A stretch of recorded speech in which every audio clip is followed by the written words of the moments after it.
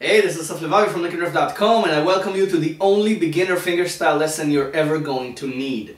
Now, in order to play fingerstyle, what you need to understand is that there's a method behind the madness, and it's the same method. You need to learn it once, and then you can play anything fingerstyle.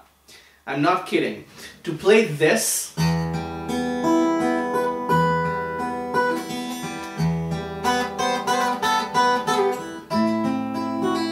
and to play this,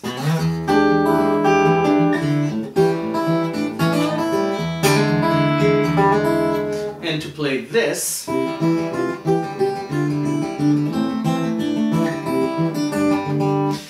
it's all the same method. Fingerstyle method. So take these three fingers and use them to pick strings 1, 2, and 3. Like so. This finger, the third finger, picks the first string only. Okay? All the time.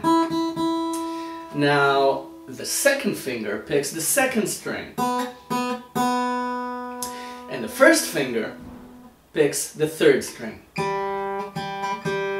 Now, the thumb picks strings 4, 5, and 6, the bass strings. Now let's pick each string, okay? 6, 5, 4 with your thumb. Now third string with your first finger. Second string with your second finger. And first string with your third finger. Now, for those who paid close attention, you've noticed that I'm using my pinky to lean on the guitar. Now, you don't have to put your pinky on the guitar, but it's highly recommended, because if you put your pinky on the guitar and you get used to picking with your fingers while the pinky is resting on the guitar body, then your hand doesn't go anywhere. It doesn't move. It stays put in the correct position.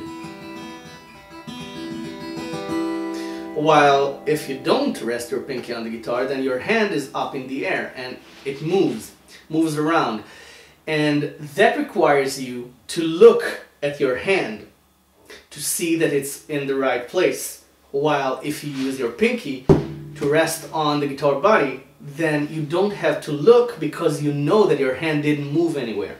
So it's still in the same position to pick the strings. Okay, so now let's move on to exercises.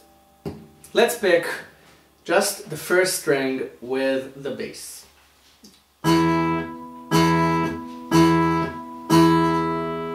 Let's pick the second string with the fifth string, the second bass. Let's pick, that's right, third bass, the fourth string with the third string, using your first finger. Now let's try to do all three. Okay? Now let's reverse that. Now you shouldn't care about sound right now. This should sound like crap.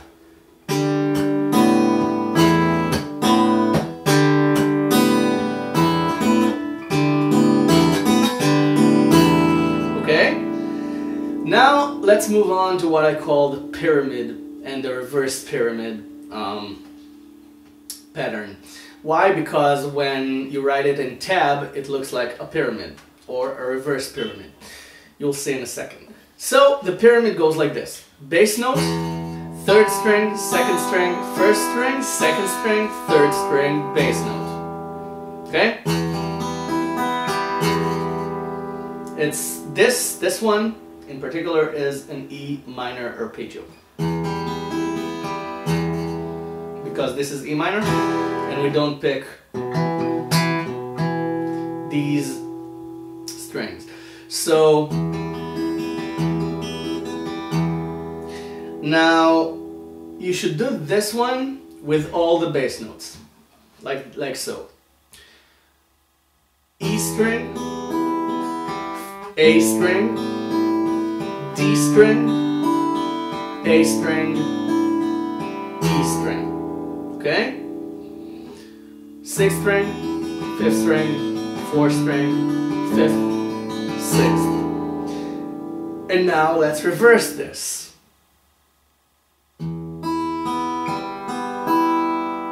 Okay? Instead of 3, 2, 1, 2, 3, we'll do 1, 2, 3, 2, 1. So again, with all the bass notes. Ready? 6th string,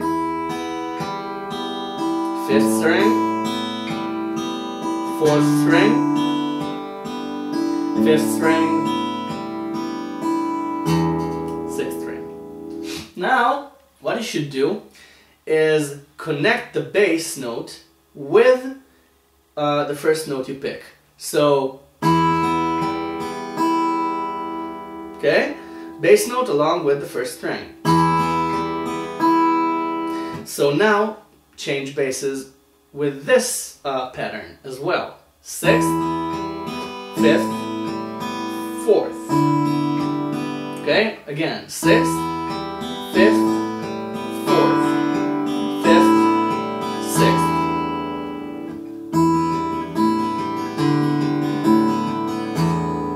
And do that with the unreversed pyramid as well.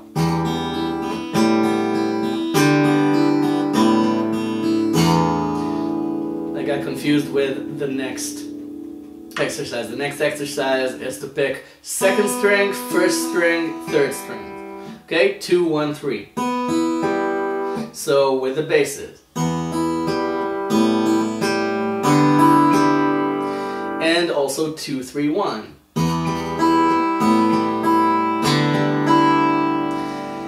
And now you can add chords to it.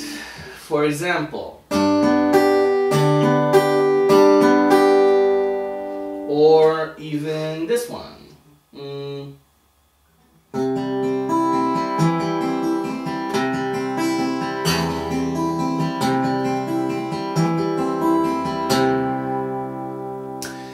And let's take another chord. Let's take a complex chord, okay?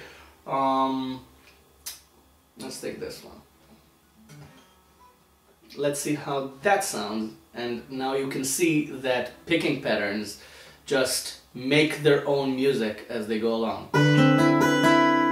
Okay? This was 1, 3, 2, 1. Okay, so. And if I move a chord along with the same pattern, then it begins to sound like music. Let's take a diminished chord. Now what I did here is the same thing, only I just took the 3 fingers and moved them from strings 1, 2, and 3 to strings 2, 3, and 4. Okay, it's called inner picking. And if you sometimes you don't want to do the usual arpeggio. You don't want to do. You want to do. Okay, you want it to sound more bassish instead of using the high note all the time. So you just take these fingers up a string into inner picking, and then you've got. Okay, just instead of doing this, using the thumb twice. It's more fluent like this. Okay, because if you use your thumb, then you need to use your thumb 3 times. Okay? And 1, it's not easy, and 2, you should never use the same finger twice when you play.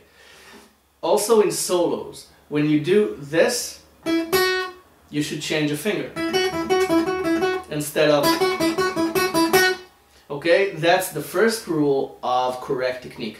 always change fingers. So when you finger pick, you always want to use different fingers. Never the same finger twice consecutively. Okay? So there you have it, Fingerstyle 101, the method behind the madness. Now before you go practice this, there are 3 things you can do. The first one, of course, is to subscribe to my channel to keep updated with all the lessons. I upload a lesson every couple of days or so. So just click subscribe and keep updated immediately the moment the lesson is up. And the second thing is, well, these lessons are free and will always be free. So the only thing I ask in return is for you to share them. Just share these lessons and let other people know that they're available and that LickNRiff is out there and these lessons are out there for them and everybody else to benefit and learn guitar and get better on guitar. And the third thing you can do, of course, is to go get this under your fingers and practice this and play fingerstyle and just go through my lessons. There are plenty other fingerstyle lessons for you to learn. So go get this under your fingers and I'll see you the next lesson. Thanks for watching.